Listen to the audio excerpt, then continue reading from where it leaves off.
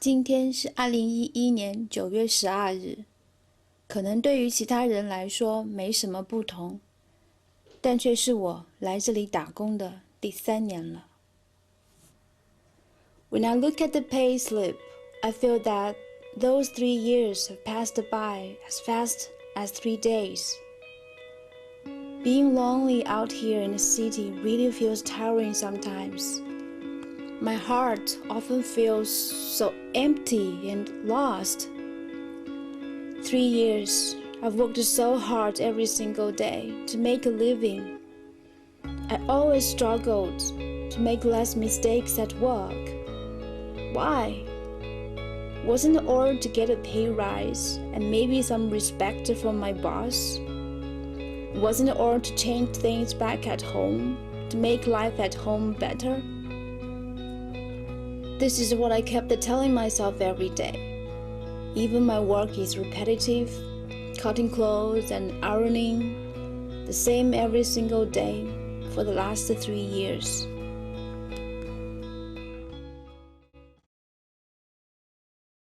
Lan Lan is a migrant girl that comes from Guizhou province in the south of China. She works at a garment factory in Guangdong and earns about $350 per month. Her dream is to return to her village and open a clothing shop. Lan Lan isn't real. So why am I telling you this? I'm the founder of Hua Dan, a Beijing-based organization that uses participatory theater as a tool to empower China's migrant worker population. China is currently undergoing one of the biggest mass migration movements the world has ever known, with over 260 million people leaving the rural areas and coming into the city in search of jobs in factories, on construction sites, in hotels and the service industry. Migrant women typically suffer from a lot of discrimination, are victims of sexual harassment in the workplace, and suffer from cultural challenges surrounding a woman's place. Lan Lan was created in a workshop with the migrant women themselves. We use creative games, exercises, character, narrative, and storytelling as a way for migrant workers to come together, share their experiences, and dialogue about solutions to the challenges they face. This is Liu Laifeng. Liu Laifeng is Lan Lan's boss. He runs the factory in Guangdong where Lan Lan works. This is Mike Fields. Mike is an American CEO that runs a company, Snazzy Socks. They make their socks in the factory where Lan Lan and Liu Laifeng work. And this is Natalie, Mike's wife, a stay-at-home mom, a career woman in her own right, and the mother of their adopted Chinese daughter. These characters were also developed in a Hua Dan workshop, especially for a production for the World Economic Forum in their summer Davos in Dalian. The workshop wove in themes of ethical global leadership, supply chain, cross-cultural management, gender issues, and brought together leaders from all over the world to discuss these issues. So why am I telling you this, and how did I get into this work? I was born and brought up in Hong Kong, which gave me a privileged upbringing, but the opportunity to also witness abject poverty in the developing world, such as most British children never get a chance to see. The inequality of opportunity that I witnessed growing up gave me a huge desire to want to make a contribution in my own life. At the same time, I went to a fantastic international school that gave me weekly opportunities to take part in theatre plays. My father wasted no opportunity to tell me that my twin passions of theatre and social change would never make me any money. At university, I came across the work of a Brazilian theatre practitioner, Augusto Boal. Boal didn't believe that we should sit there as passive spectators listening to what was happening on the stage, but that we should be active agents for change in the drama unfolding and in our own lives too. Boal's work was so successful that he was exiled from Brazil, which at the time was under a totalitarian dictatorship. He then fled to Europe, to Paris, where he started to see that even though in the developed world there didn't exist political oppression as such, people were equally oppressed by the mental limitations that fulfilled them from achieving their own potential. This idea came to fascinate me. When I arrived in Beijing in 2003, I set about exploring Boal's techniques at a local migrant women's shelter. I remember a particular workshop with a woman called Dong Li. Dong Li had been having a lot of conflict with her husband of late. He wanted her to go back to the village, but she believed that it was best for her to stay in Beijing, where she could make money for the family. We set up this conflict in the drama, in our workshop. And we asked Dong Li to play herself and for one of the other characters, one of the participants in our workshop, to play her husband. The conflict ensued. So I stopped the drama and I asked Dong Li to swap places with the woman playing her husband and for that actress to take the place of Dong Li. We continued the drama. Suddenly, a light bulb went on. She'd had the opportunity to quite literally step into the shoes of her husband, to understand the conflict from his perspective, and thereby develop a more compassionate understanding of what he was going through. She left the workshop visibly moved and returned the following week, telling us how she had managed to dialogue with her husband, develop a better way of communicating with him, and that they were more in harmony about how they worked their challenges out. If such a simple exercise could lead to such transformation in an individual, what could it do if we could scale these kind of techniques? For me, I believe that we're all coming from a place of love, not fear. It is theatre that enables us to get rid of our sense of self, our ego, and in that process to access the very truth of who we are. When you're on the stage, you have nothing but to be able to step into the light and allow your light to shine, forgetting all aspects of yourself. One of the women in our workshops, Zhong Na, one day, she didn't turn up to one of our workshops. We later found out that she had gone back to her village over Spring Festival, where she experienced huge pressure to go back to her village, settle down, and get married. She was in her late 20s at this time, and this was considered extremely old for her not to be married. But Zhong Na had a dream. She wanted to be able to become a primary school teacher. She had basically a primary or secondary education, hardly a university degree, so this was an impossible dream. But we decided to offer her a job for an initial period of 3 months and trained her in theatre techniques to be able to work with children. We started rolling out after-school programs in the migrant neighborhoods, and Zhong now blossomed from this shy, timid young woman into a confident leader in her community.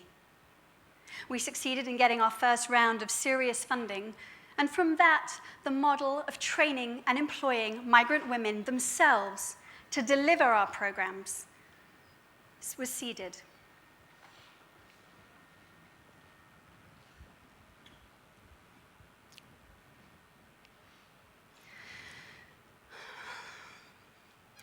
I shift uncomfortably in my seat.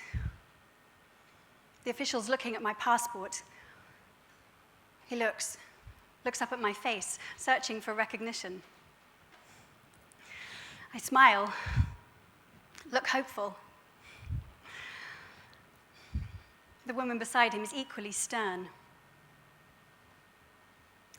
He hands back the passports one by one to all the people in my train carriage, holds his beside me. He beckons. We share no common language, but I know this isn't good. I pick up my rucksack. I squeeze past the other members in my carriage, and I walk down the narrow corridor. The train tilts to the side. The train tracks in Mongolia are different to Beijing. They need to change the bogies on the wheels, so we're waiting. I step out of the train into the bright sunlight of the desert. There, a car is waiting for me, covered with sand from the desert. My backpack is bundled into the car, and I sit, scared and afraid about where I'm going. We drive through the streets of Ulyanhot, the border town where the Trans-Siberian crosses. Suddenly, a ray of light. I'm back in Asia. I can see this old, wizened man pedaling slowly on his bicycle, a huge mound of porcelain precariously balanced on the back. And over there, a pomelo seller tearing fruit and offering it to passers-by. And I hear the cry of the metal seller as well, calling out, selling his wares. We stop, and I'm left in a small room. The embassy official in China, back in Mongolia, had made a mistake on the date on my visa. So I was told I was going to have to go back to Mongolia and not travel into China with my friends. I didn't know what was happening. This was hardly the ceremonial entry back into China after 12 years away. I'd never actually been to China growing up in Hong Kong. We were about to go in summer of '89, and then the events of that year stopped us. This was a sort of homecoming for me in a way, and had a lot of significance. But I'm from Hong Kong. I'm a friend of yours. You don't understand. It's nothing wrong. The official didn't understand. I didn't speak a word of Mandarin then. I didn't even know the word for Hong Kong in Chinese. Who was I kidding? I didn't belong here. I waited a few minutes, what turned into an hour. And then suddenly, this little woman ran into the room where I was. She looked like the cleaning lady. She had no sense of officialdom, but she picked up my rucksack and put it on her bag. She was like a turtle. She spoke a flurry of Chinese that I didn't understand and kept pointing, telling me to run. I had no choice but to follow her, so I did. I ran through the streets of the city, not knowing what to do, but all the time holding the bag. She beckoned to a big building that loomed in front of me, and I realized it was the train station.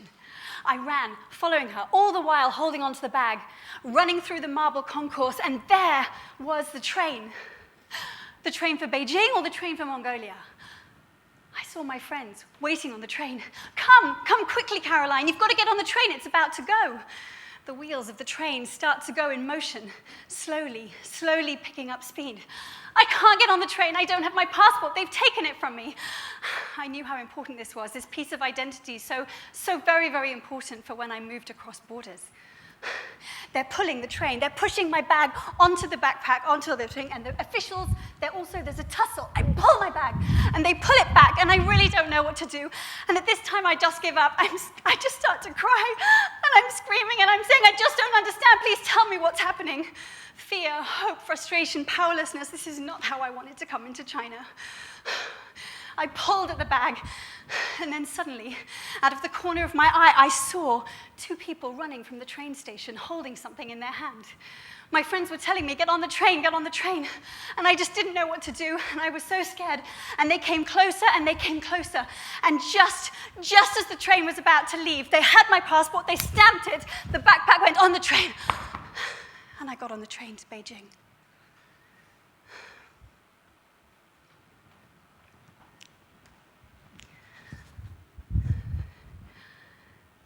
I went on to live in China for 7 years, and I did learn Chinese. And then 5 years ago, I moved to Paris. Europe is now currently undergoing a very big migration movement of its own. Thousands of people are literally coming onto the doorstep of Europe in search of refuge, asylum, and economic opportunity. All this against the backdrop of increasing nationalism, terrorism, and a disunity amongst the continent. After all the work that we had seen in China, I really believed that we had an opportunity to contribute to this challenge too, and recently have established a sister organization, the Scheherazade Initiatives, that works with refugee populations.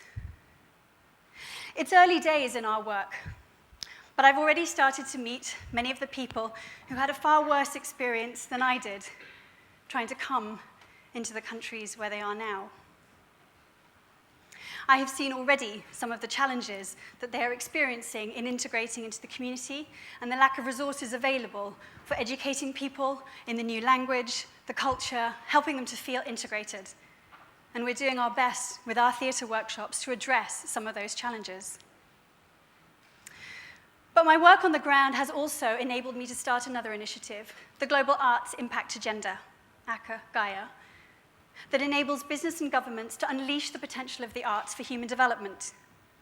We have a framework of using the new Sustainable Development Goals to be able to affect issues such as migration, economic development, and creative education. We're building a movement where arts are at the center of policymaking. But finally, why is this so important?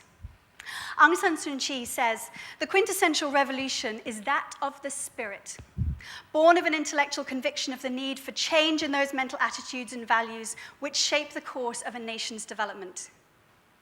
To me, she is saying that the true revolution needs to be in our thought.